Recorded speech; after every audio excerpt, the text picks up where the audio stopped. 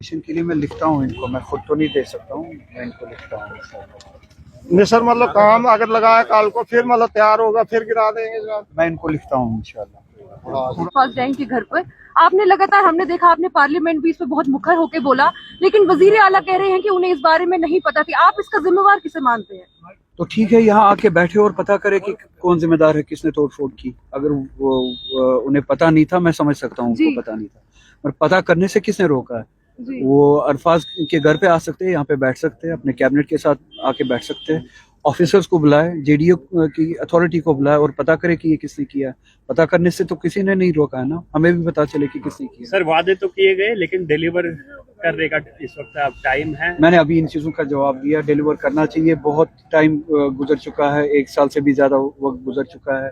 हम अपने वादों पे डिलीवर करें, ये गवर्नमेंट अपने वादों पे डिलीवर करे, वरना लोग जो है जो कुर्सियों पे बिठाते हैं वही कुर्सियों से भी उतारते हैं। जर्नलिस्ट अरफाज डेंग जी के साथ जिस तरह से आप सभी ने देखा कि क्या कुछ जो है वो हुआ, और उसके बाद आज एमपी अगर हुल्ला जी जो हैं वो यहाँ पे जर्नलिस्ट अरफाज डेंग जी के घर पे जो है वो पहुंचे हुए हैं। लाइव दृश्य जो है आपको हम दिखा रहे हैं।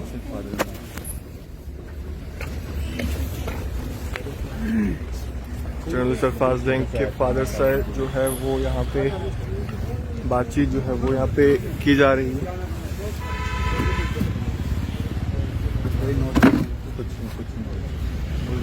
फादर साहब ने 40 साल पहले मंदिर यहाँ पे बनाया था। ये देखें आप, यहाँ पे ना अभी भी मिट्टी दिखेगी आपको दीवारों में, ये दीवारों में मतलब मिट्टी वो बनाया था। तो आप कब से थे? 35-40 साल हो गए। 40 साल होने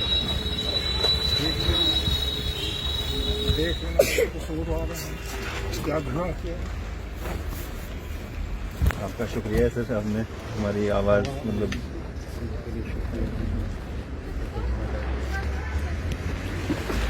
बात नहीं सर, ऐसे तो लोग कुछ भी नहीं आए तो सभी सर हर पार्टी के आए, लेकिन यही है भाषण मैं मार गया बस।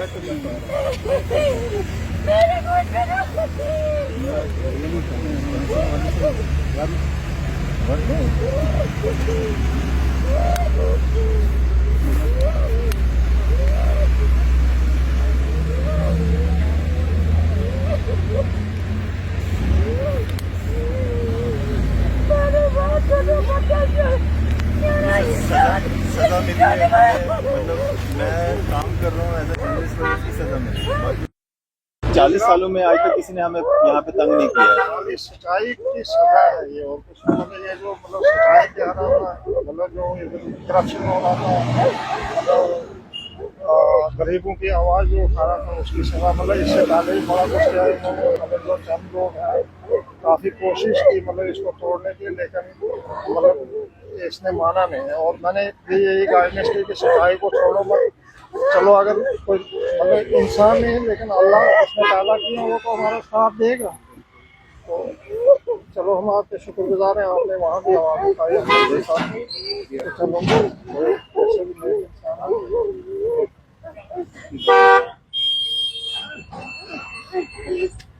कुछ नहीं सर, 40 साल हो गए मतलब आज तक मतलब जेडी वाले भी देखे हमने, बड़ा कुछ पूरा इलाका जब ना यहाँ ना एक आध जगह जनाब अगर यहाँ तो या मतलब गवर्नमेंट बिल्डिंग या कोई मतलब जेडी को फायदा होने वाला, हमारी जम्मू कश्मीर सरकार को कोई फायदा होने वाला है तो मैं कहूँगा हाँ जी ठीक है। लेकिन मतलब ये देख लीजिए सर, मतलब बिल्कुल अरफाज डेंग का नाम लेके ही मतलब ये गिरा, दूसरी कोई बात नहीं।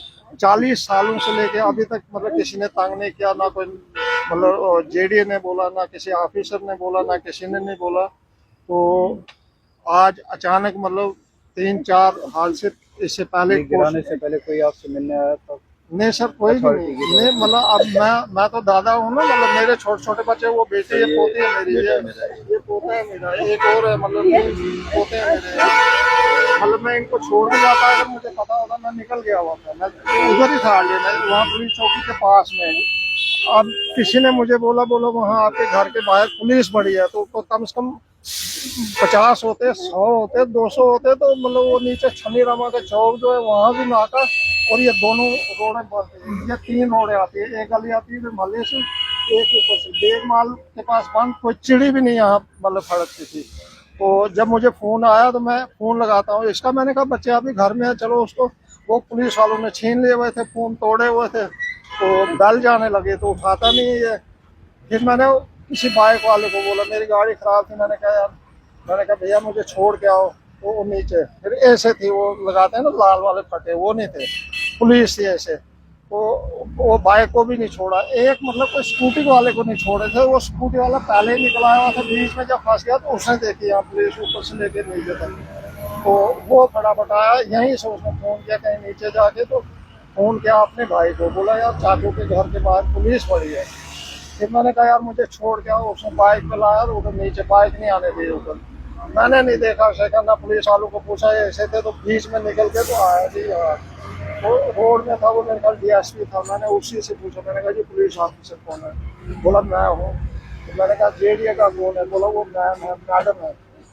तो मैं गया उसके पास, अब पुलिस तो चारों तरफ मतलब उन्होंने घेर के रखा मुझे, लेकिन मुझे कोई मतलब दिखने नहीं लगा कि मेरे साथ और कोई है। तो मैंने उस मैम को पकड़ा, सीधा मैडम को, मैंने कहा मैडम ये क्या, मतलब मैंने कहा इसको रुकवा, मैंने अब इधर देखा नहीं, वो मशीनें लगी थी इधर से, तो मैंने सोचा अभी टूटा नहीं, मैंने कहा मैडम ये बंद करवा दो, मैंने कहा ये अनलीगल जगह नहीं है, ये लीगल है। तो मैंने कहा तुम बड़ी खतरनाक जगह, मैंने कहा तूने तोड़ा। फिर उसके बाद मैंने उससे और काफी बातें की, तो तब तक पुलिस वाले मुझे उस तरफ ले गए, तो जब मैंने बोला उसको रोको रोको ये, तो फिर वो मशीन भागी। अब उसका मुंह था वो दूसरी चैन वाली जो होती है बड़ी, उसका मुंह था उधर, वो जो खड़ी इधर से वो आगे जा रही था, पता नहीं वो कल दूसरा पड़ोसी उसका था कोई कुछ क्या। तो जब तक मैं इधर मुड़ के देखा उसकी आवाज आने लगी, वो भागी इधर, वो प्राइवेट थी, वो चैन वाली थी, 2 जैसी थी, वो भी प्राइवेट थी, वो ऊपर को दौड़ी। तो फिर मेरी नजर पड़ी, तो मैंने कहा इन्होंने तो तोड़ दिया, अब मैं क्या देखूं यहाँ। तो कुछ 10 मिनट भी नहीं लगे, कहाँ पुलिस गई, कहाँ वो मैडम गई, कहाँ वो JD वाले गए, कोई पता नहीं लगा। तो एकदम से रोड खुला, मतलब कैसे वो बसों में बैठे या गाड़ियों में बैठे मुझे पता नहीं, तो सब भागे। तो फिर यहाँ क्या करते बच्चे, ये छोटे छोटे बच्चे, वो ये गेट है इधर सामने, उसके अंदर मतलब हिरासमेंट किए हुए थे, इनको पुलिस चौकी में लिया हुआ था, ले गए थे यहाँ से, डिटेन करके रखा, वहाँ पे सामान तक नहीं निकालने तो दिया, फिर वो कुछ एक झांकी जैसी इनने कुछ वो बना ली, तो मतलब इनको भी पकड़ने लगे। तो पोते 2 मेरे थे बड़े, एक ये था एक दूसरा, तो इन्होंने कहीं कुछ वो थोड़ा सा, तो वो मोबाइल जब टूट गया तो वो चला गया ना। मीडिया वाले तो बहुत आ गए, लेकिन उनको आने नहीं दिया, उनको भी नहीं आने दिया, मतलब किसी को नहीं आने दिया। जब मैं बाइक से आ रहा था, नाले से आ रहे थे 2-4 वो मतलब ये माइक वाले, अच्छा, तो उनको वापस कर दिया, पार से पुलिस, नाले में पुलिस, इधर से दोनों तरफ से इस तरह, तो ऊपर तक बंद। तो सर ये बेइंसाफी हुए, तो खैर हम बच गए। तो आप जैसे हस्तियों ने मतलब यहाँ पे, जब मतलब हम बेकसूर हैं सर, अगर कसूरवार होते तो कौन आता हमारे पास। तो फिर यहाँ दुनिया मतलब कोई हिंदू मुस्लिम मतलब जो भी मतलब बंदे तो बंदे थे, लेकिन फिर हजारों की तादाद में रजौरी पुल से, कुपवाड़ा से, लखनपुर से लेके मतलब जितना जम्मू कश्मीर है, सब लोग जनाब यहाँ आए।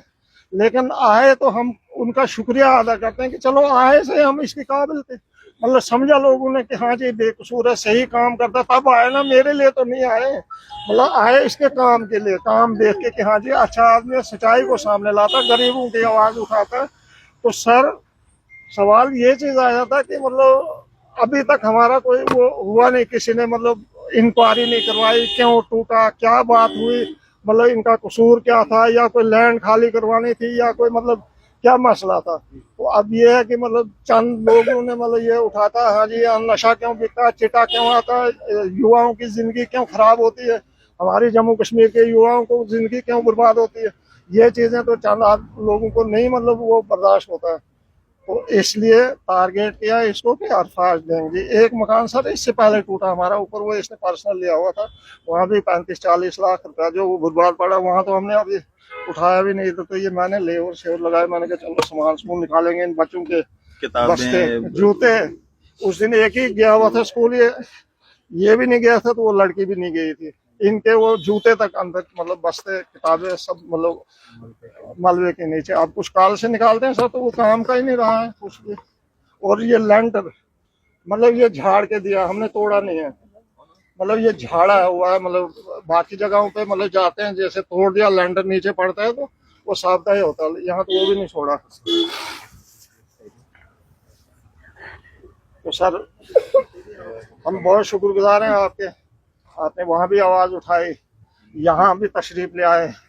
मेरे ख्याल हमसे ज्यादा किस्मत वाला कोई नहीं है जनाब। अगर कसूरवार हैं हम ये मुसीबत झेलेंगे, अगर बेकसूर हैं तो मतलब हमारे साथ इंसाफ होना चाहिए जनाब। बस यही मेरे हाल में। मतलब ना अभी तक कोई जेडीए वाला, ना हमारी मतलब सीएम साहब आए, ड्यूटी सीएम साहब आए, फिर उमर अब्दुल्ला साहब का भी प्रोग्राम था, फारूक अब्दुल्ला भी मैं सुनता रहा कि वो आ रहे हैं जी। फिर अभी तो 2-4 दिन हमें बुलाया कोई साहब बड़ा था आईजी की डीआईजी, वो लेके गया गेट सेक्रेटरी वहाँ, उसने डिप्टी सीएम ने भी कहा जी कोई नहीं आपका काम होगा। फिर एडवाइजर साहब कहीं बाहर थे, वो उसको फोन किया तो बोला 10 मिनट में, वो आ गया, 10 मिनट में ही आ गया। तो उसने भी बड़ा आश्वासन दिया, हमने फाइल दी तो बोला जी आपका काम हो जाएगा। ना अभी तक कोई फोन है ना कोई कुछ है जनाब। कसूरवार को सजा नहीं, बेकसूर को अगर इतनी सजा मिली, इतना परिवार मतलब हम इस वक्त रोड में और इस ठंड में, और ये छोटे छोटे बच्चे हैं, क्या उनके बच्चे नहीं है? अल्लाह तो मतलब फैसला करेगा, वो मुझे पूरी उम्मीद है, क्योंकि मैंने बचपन से अगर अल्लाह की डोर पकड़ी है। और मतलब इस वक्त मेरे बच्चे जवान है, इस वक्त तो मैं पहलवान हूँ, ऐसी बात नहीं है। मतलब सही पटरी पे हैं बच्चे। मतलब कोई मतलब अभी तक मुझे ये नहीं आया था ना कि मतलब कादर साहब के बच्चे मतलब कोई चुटकी खाते हैं, सिगरेट पीते हैं या बीड़ी पीते हैं, बाकी चीजें तो बहुत दूर रहे। और ये ऐसी एक जगह रेलवे स्टेशन, यहाँ ट्रक अड्डा, यहाँ हर स्टेट का, हर दुनिया का बंदा जो यहाँ जरूर पहुंचा। लेकिन मैंने बच्चों को गाइड की कि मतलब अच्छे काम करने, बुरे नहीं करने, और अल्लाह ने इनको इज्जत दी है। अच्छा ही मतलब इन्होंने सीखा, अच्छे ही लाइन पे। और मैं मतलब आपके माध्यम से अपने जम्मू कश्मीर के लोगों को, बच्चों को ये कहता हूँ कि मतलब अपने माँ बाप की बात सुनो। मतलब हिदायत जैसे वो सही पटरी पे अगर रखना चाहते हैं तुम्हें, तुम भी खुशियां दो अपने माँ बाप को। मुझे एक तरफ से तो दुख है, नुकसान तो हुआ, मुसीबत तो है हमें, लेकिन खुशी है अपने मतलब बच्चों पे कि चलो मेरा मतलब इन्होंने सुना और सही है इस वक्त इज्जत के लिए। सर अगर गलत काम किया होता, 2 नंबर का धंधा किया होता जनाब, आते दिल्ली से या मतलब श्रीनगर से या कहीं से मिलने के लिए, फिर तो लोकल बच्चा भी नहीं आता। तो ये है सर, तो आइंदा के लिए भी। और फिर इतना होने के बाद भी इस वक्त तक मतलब इसको एक अगर मतलब खतरा भी तो है ना। अगर चंद आदमी मतलब ये अगर पैसे के जोर पे गिराया गया है अरफाज डीन का, तो मतलब इसकी जिंदगी का भी तो खतरा। लेकिन हमें अल्लाह पे उम्मीद है कि जिसने जन्म दिया है वही हमारा मतलब वो है। लेकिन फिर भी मतलब सरकार का तो मतलब एक ड्यूटी बनती है ना, मतलब देखना सही कहाँ गलत कहाँ है। अब ये तीसरी सरकार पहुंची, मतलब हम किससे इंसाफ मांगेंगे जनाब? तो आप पे हमें भरोसा है पूरा। मतलब तो सर अच्छा सर, ये अब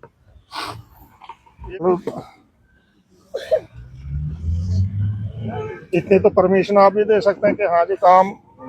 परमिशन के लिए मैं लिखता हूँ इनको, मैं खुद तो नहीं दे सकता हूँ, मैं इनको लिखता हूँ। नहीं सर, मतलब काम अगर लगाया कल को फिर मतलब तैयार होगा फिर गिरा देंगे जनाब। मैं इनको लिखता हूँ इंशाल्लाह पूरा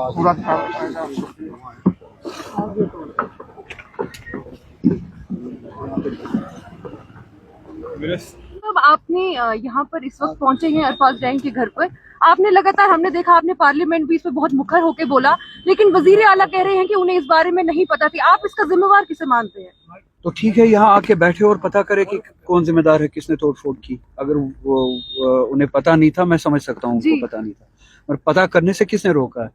वो अरफाज के घर पे आ सकते हैं, यहाँ पे बैठ सकते हैं, अपने कैबिनेट के साथ आके बैठ सकते हैं, ऑफिसर्स को बुलाए, जेडीओ की अथॉरिटी को बुलाए और पता करे कि ये किसने किया है।